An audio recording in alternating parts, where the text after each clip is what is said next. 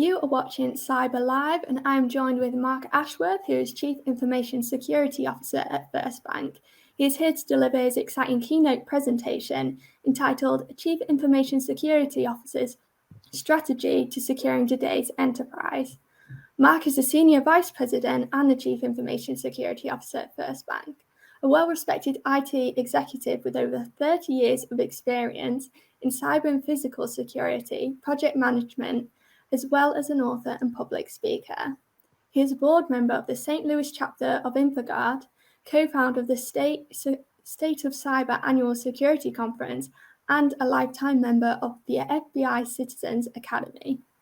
Mr. Ashworth is currently overseeing First Bank's information security, fraud, physical security, and the network services departments. Please welcome Marc. Hi, thanks for having me. Hi, nice to have you. I'll pass over to you now for your presentation. All right, great. Well, thank you. So as Tilly said, I'm Marc Ashworth. I'm the Chief Information Security Officer for First Bank. First Bank is headquartered out of Creve Coeur, Missouri, which is a suburb of St. Louis. And I do oversee 4 teams: the information security, network services, fraud, and physical security teams. Today, I'd like to discuss some of the elements required for a CISO to define the company's security strategy. So it's an ever evolving and increasing component of the security process of creating a strategy that's going to align with business. But first, I'd like to take a moment and briefly tell you about First Bank. The bank has been in finance for 4 generations and over 100 years. First Bank specializes in privately held and family-owned businesses, in addition to offering extensive personal and wealth services. So there's an innate willingness to go the extra mile and partner in the customer's long-term success. As a fitting example of this, First Bank launched the Center of Family-Owned Businesses to offer tailored resources to serve the unique needs of family business members. First Bank, as I said, is based out of Creve Coeur, Missouri, and is financially a solid financial institution with over $6.8 billion in assets in nearly 95 locations in 6 states, with the bulk of them located in Missouri, Illinois, and California. First Bank is ranked 179th out of the 2,130 banks registered with the U.S. Federal Reserve. And First Bank also offers full-service mortgage, wealth management, and business banking services. So unlike any other time in history, there is a risk to all organizations, whether it is a single person, small business, a not-profit, government agency, or a large enterprise. This threat is so real that it can severely impact operations or reputation of the organization. It may even be so severe that the company may not even recover. The threat is almost unavoidable due to the nature of doing business today. Every organization is on the internet in some form, and we all know this has the potential for every company to be a global company. This vast global market comes with a risk. That risk is the looming threat of a cyber attack on the organization. At any given time of the day, hundreds, if not thousands or more scans occur on any given internet connection in every minute. These scans are looking for a way into the connection, whether it's a business, a home, or a mobile device. Someone is always looking for a vulnerability to get into the environment. This does not include the thousands of spam emails or phishing emails that come into a company's email servers, just waiting for a user to click on a link or open a malicious file. No organization is safe from a cyber threat. No one is immune from it, whether it's a criminal actor or a nation state sponsor, there is a persistent threat to everyone connected to the internet. Some organizations is not so fortunate. History has shown us that the largest companies and even the governments can't fully prevent an attack. Security teams are having to constantly evolve to defend against these attacks, and the CISO, in cooperation with the CIO, and other executives, must properly strategize and budget for these cyber objectives and the business objectives to make sure they properly align. In addition to the ever-advancing cyber threats, the CISO, executive management, and boards need to take notice of ever-changing rules and regulations. Not just publicly traded companies, but also the private companies should be closely monitoring their environments and seeking experts to provide the proper guidance and governance for these regulations. Some agencies, such as the Security and Exchange Commission in the US, are recommending cyber expertise at the board level. There's already a shortage of cyber professionals. The pool for experienced CISOs and ISOs like myself are even smaller, especially if the direction of the company board or the regulation requires the organization to have an independent director with cyber expertise. Shareholders and investors are also requesting and requiring information on a company's cyber posture.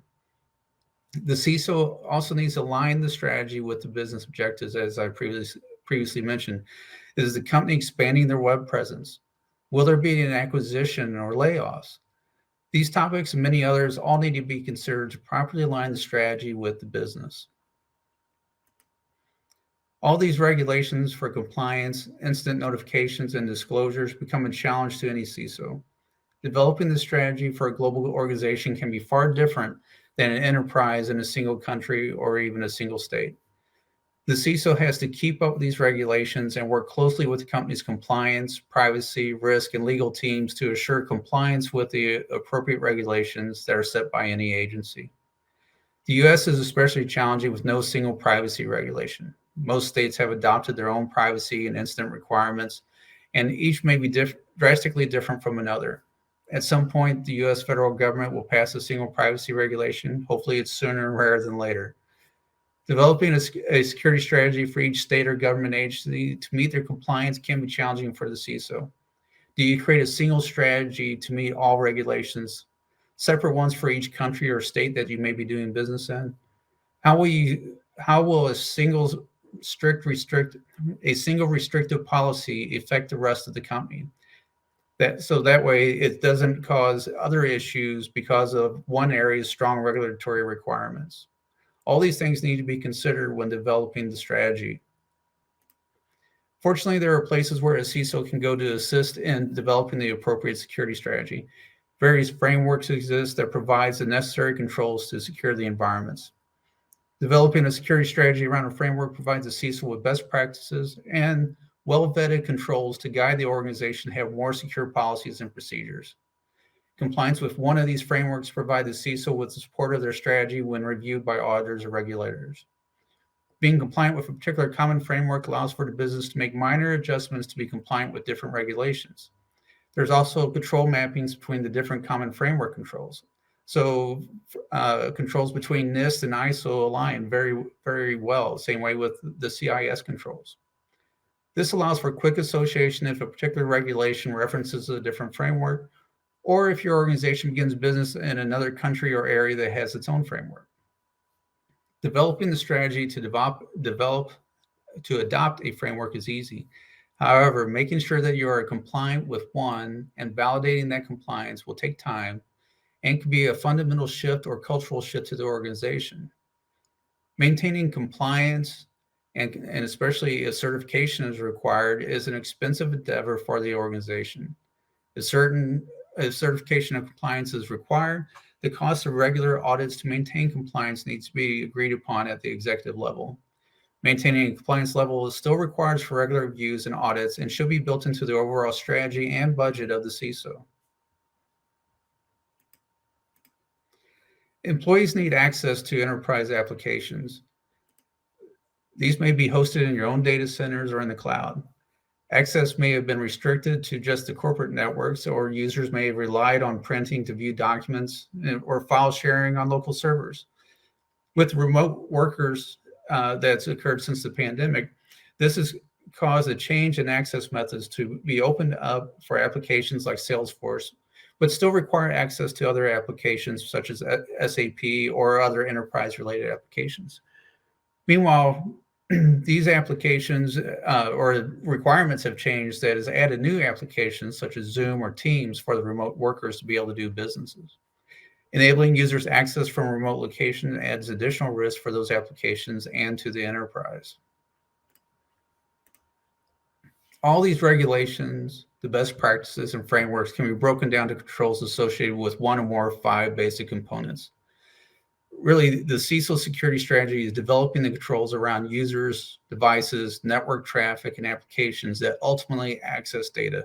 When it comes down to it, it's about the data. It's the new gold, right? what everybody's wanting, whether it's to give it or to take it or buy it, whatever. It's all around the data. The processes around the data and access to data is what's being defined. Government regulations are ultimately how do you protect this data, share it, use it, process it, or sell it. The graph here shows the basic elements, but so much more must be considered.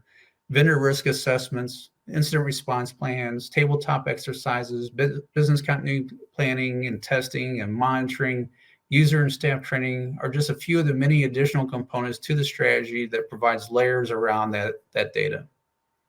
The connected world today makes it increasingly more difficult and expensive to protect this organization's data. Whether it's a small business or a multinational organization, the cost can be significant to the organization. The reality of likelihood of some form of an incident is high, and only a matter of time when it may happen in some form of another. As mentioned earlier, it's all about the data. Whether the goal is to steal it or prevent access to it, it's all about developing a strategy to reduce the risk to the organization. Here are some categories that could be considered. Now, these are rolled up, kind of summarized, so you can definitely break this down further, but I kind of brought this into 5 common areas where to talk about here today. And one of them is around unauthorized access. And this could be broken up to where a user has too much access, maybe an application has too much or not enough access, network access, installation of software or scripts, data and access to the data, whether it's unstructured, such as an Office document, or maybe structured database access. It can also be due to stolen credentials or compromised credentials. Physical access to the office or data center or paper files, not just electronic access, needs to all be considered here and provides a risk. Some are different levels of risk. Lateral movement is a big issue. It's whether it's done by an authorized user that might be authorized to the network, but may be accessing a system that maybe they shouldn't. A malicious user, so someone that's breached your network in some way or another and is trying to laterally move between the different systems. Or malware or ransomware. So as they hit a particular system, they want to spread within the environment. So how do you stop that and prevent that? Data leakage is another area of concern, whether that's via email, USB, or file sharing. It could be accidental or intentional. It could be due to a disgruntled worker or maybe someone that's leaving, a salesperson, for example, that might be leaving the organization but wants to bring their customer list with them. It could be malware that is on a system that's monitoring a particular system and sending it out to a third party or to the attacker, and to where they could be used for either selling in the dark web or used as a ransom or blackmail against the organization. It could be something as simple as a stolen laptop that was in a salesperson's car that had PII or customer information on it and is now loose out there for someone else to obtain access. Vulnerability management is another area of concern. Proper security oversight for that to watch over the teams and to monitor what the vulnerability exposure is. Who's responsible for patching? And what is the process with that? So what is the patching SLAs and the patching of the systems at different levels of risk? Do you tier your system so that tier 1 may be the most highest risk ones systems, such as your directly internet connected systems, or versus ones that are highly isolated within your environment might be a lower risk. And then do you incorporate threat intelligence around that risk scaling? So are you monitoring to see which vulnerabilities are actively being exploited at this time? Do you make that a higher risk and therefore that patch needs to be done sooner with a faster or a tighter SLA versus a longer SLA? Regulatory compliance is another issue. It can be detrimental to an organization. Policies or procedures not being followed, incomplete control or lack of controls, or lack of a particular policy could cause issues with the regulator. All these different areas roll up into the strategy and how you're designing the environment and where the organization needs to go. In addition to that, there's areas that you can provide some layers of security to mitigate and reduce the risk to help protect the data from those areas of risk that we just discussed. Encryption is one way. So we talked about the data. Are you encrypting that data? It's the unstructured data, the office documents, the PDFs. Are those encrypted at risk or at rest? Databases and logs, are they being encrypted? The logs of the databases, are the backups being encrypted? Likewise, as the data traverses over your network, are you encrypting that traffic, the application traffic? Segmentation is another big component, and isolating the systems into different VLANs based off of application type, risk type, uh, and and preventing unauthorized access or unneeded access to those systems. So that microsegmentation, where you're utilizing network firewalls or host-based firewalls to only allow access to the systems for those that are authorized to access it. You don't want a general user to access directly the database. They should be accessing maybe a front-end web server, and that front-end web server is the only thing that should be connecting to that database. So least privilege, whether it's at a system level or a user level, only the minimal amount of permissions are required, whether it's the user access to applications, data, and systems, or systems accessing to other applications and data.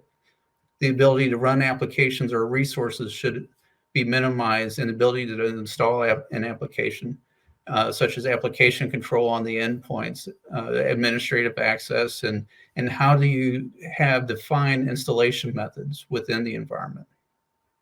All this should be monitored, and all the logs and information should be coming into hopefully a single source such as a SIM, and regular system audits to verify that that is occurring, and in those different systems to make sure that they're being properly monitored and looking for anomalies. Performance monitoring of systems and the network to make sure that you know what normal behavior is. All of a sudden, if a system's um, memory or CPU is spiking, are you under a DDoS? Do you have DLP in place to monitor that data leakage? What about email monitoring? Excuse me. And then also, as we talked, vulnerability management and patch management, to be monitoring that to make sure that you're staying compliant or meeting SLAs. Training is another big factor to make sure that your end users are aware of how to detect phishing and fraud and various other red flags that could be from someone malicious. Do you provide additional training for admins as well as your executives? All this kind of can also be rolled up into or being additional elements being added to it through threat intelligence. And geopolitical tensions are high right now, and it's a huge risk. The tensions between Russia and Ukraine, as well as Russia and the rest of the world, is causing a lot of issues in cyber. As tensions continue to mount with China, Taiwan, the US, or even North Korea and other Asian countries, can lead to additional cyber activity. Anytime there's a hurricane or some sort of large environmental or climate related event, there's always phishing and email scam activity, which dramatically increases. Likewise, any sort of social or economic event can cause additional phishing risk, potentially even hacking related activity towards a particular company or industry. Monitoring the dark web for any sort of mentioning of executives or company activity or even company related data could be an early sign in an attack or of a breach. So all of these can be built up and be part of what we're seeing as and developing the overall strategy that a CISO needs to work on. And this all is being considered in addition to budget restraints as well as labor shortages. And then you also have to take into consideration around alert fatigue, burnout concerns, all the other labor related resources that's part of there, and how you're going to develop your strategy for your organization. So I'd like to take a moment, just thank you for allowing me to talk. I hope some of these ideas on how to build a strategy from a CISO's perspective and what everything is being considered. Obviously, there's a lot more, but thank you for your time today. Thank you, Mark. That was really insightful. So we're going to take some questions now from our audience. So First of all, how do you feel zero trust plays into the security strategy? Yeah, zero trust has been, I think, a good way of getting additional visibility within the organization of other executives, because it kind of defines what we've been doing all along, really. Um, Security by layers, and it puts it into a nice, neat package, with segmentation and an identity, least privilege, and monitoring risk. Excuse me. So all of that really ties in very well, and gives it a nice little marketing label that we can go by with zero trust. And it's getting a lot of the vendors to focus in on those elements. So, Yeah, and so with all these different privacy regulations, how do you plan for security to accommodate all of these different regulations? yeah, so it's finding those common elements, and then taking those elements, and then looking at your layers that you have built into the environment, and really getting that policy alignment is where you're going to match up with what the regulators are wanting, and then building your controls off of that and validating the controls are in place. So it takes time, it takes money, and especially if you're developing off of a framework to get that implemented, that could take several years to be fully compliant with the framework. And how can an enterprise protect themselves from a nation state cyber actor? Well, it's kind of one of those things, if you build in, zero trust, you build in all these other layers, you hope that you make it so difficult for them to do something in your environment to where they go elsewhere, So it's kind of like getting chased by the bear, you don't need to be the fastest person, but faster than the other person behind you. And that's really, what you kind of hope for. You kind of hope that, you don't get into the radar of a nation state for any reason. And, unfortunately, the bigger the organization, the more likely you are. Or if you're in a certain industry, that's going to, elevate your risk that you're going to be in there. In times of, right now with a lot of the tensions and being part of critical infrastructure, any organization can really be part of that. And especially if it can cause a massive disruption, which is what they'll look for. Well, that's great. I think that's all we've got time for today as we're running out of time. But thank you again, Mark, for joining us today. Thank you very much. Thank you for having me. And thank you all for joining us today on the Cyber Live virtual stage, and enjoy the rest of your day.